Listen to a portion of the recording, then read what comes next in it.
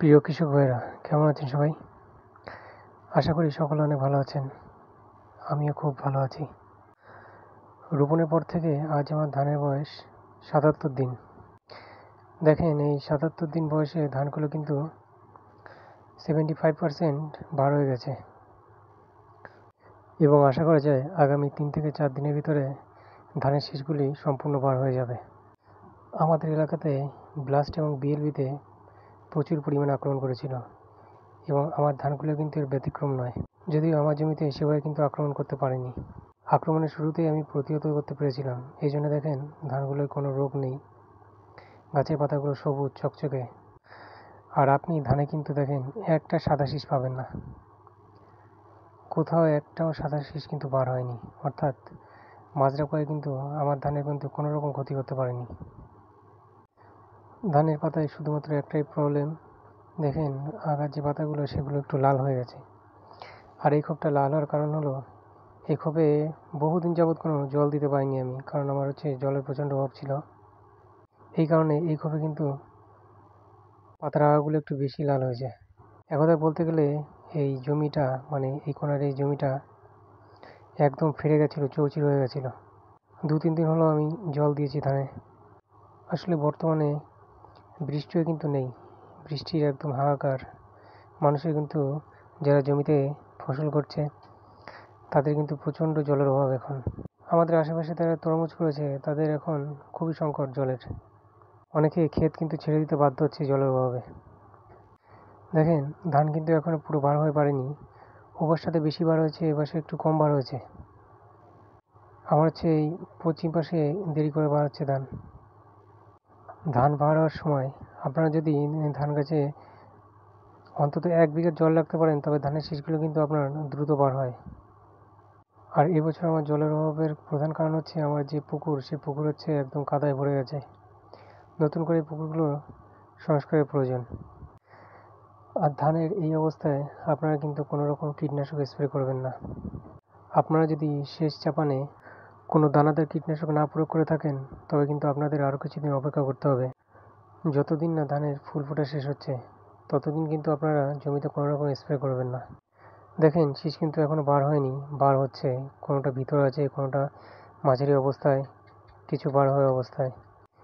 এসব শীষগুলি 2-3 দিনের ভিতরে কিন্তু সম্পূর্ণ বার হয়ে যাবে, জমিটা আরও ভরাট দেখাবে। আর আপনারা যারা সেচ চাপানে কোনো দানাদার কীটনাশক স্প্রে করেননি তারা আর কিছুদিন ওয়েট করেন। কারণ হলো ধান গাছে কিন্তু এই সময়ে মাজরা পোকার আক্রমণ করবে না, কারণ মাজরা পোকার আক্রমণের দিন কিন্তু শেষ হয়ে গেছে। সময় যদি আক্রমণ করে কিছু পাতা মোড়ানো যে পোকা আছে, অনেকে পোকাগুলিকে ত্রিপোকা বলে, এই পোকার আক্রমণ হতে পারে কিছুটা।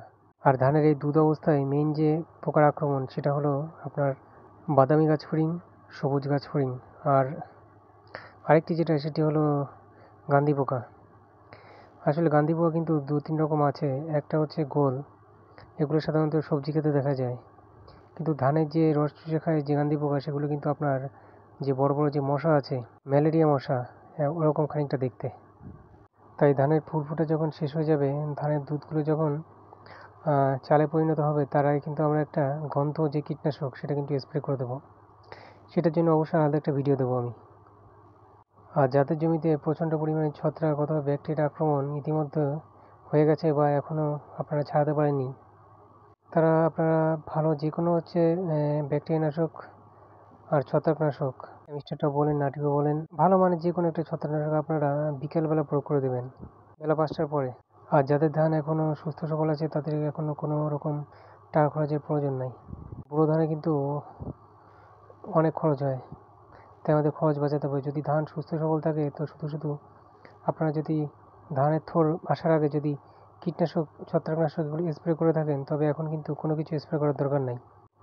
আমরা কিন্তু একটা মাত্র কীটনাশক স্প্রে করব আর ধানগুলো যখন দানায় পরিণত হবে তার আগে, দানা পুষ্ট করার জন্য এবং গান্ধি পোকা এবং চোষক পোকা, যেগুলো গাছে কারেন্ট পোকা বলে, সেগুলো দমনের জন্য কিন্তু আমরা আরেকটি স্প্রে অবশ্যই করব।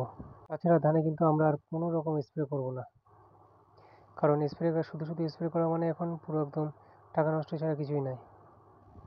আর বর্তমানে আপনারা কিন্তু একদমই সার প্রয়োগ করবেন না, কোনো ইউরিয়া জাতীয় সার, যে নাইট্রোজেন জাতীয় সার কিন্তু প্রয়োগ করবেন না। অনেকে আবার এই সময় জিঙ্ক প্রয়োগ করে। জিঙ্ক কিন্তু ধান ফলা অবস্থায় একদমই প্রয়োগ করবেন না, তাহলে কিন্তু ধান আপনার আরও দেরি করে বড় হবে।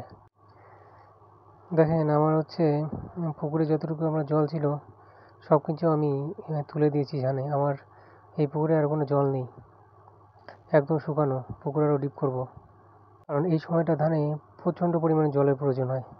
আপনার ধানে জমিতে অন্য কোনো সময় জল থাকুক আর না থাকুক, এই সময় কিন্তু আপনার জল থাকা ভীষণই প্রয়োজন। এই সময় যদি আপনার জমিতে জল না থাকে, তাহলে কিন্তু দানাগুলো একদম চিটা হয়ে যাবে, অপুষ্ট থেকে যাবে।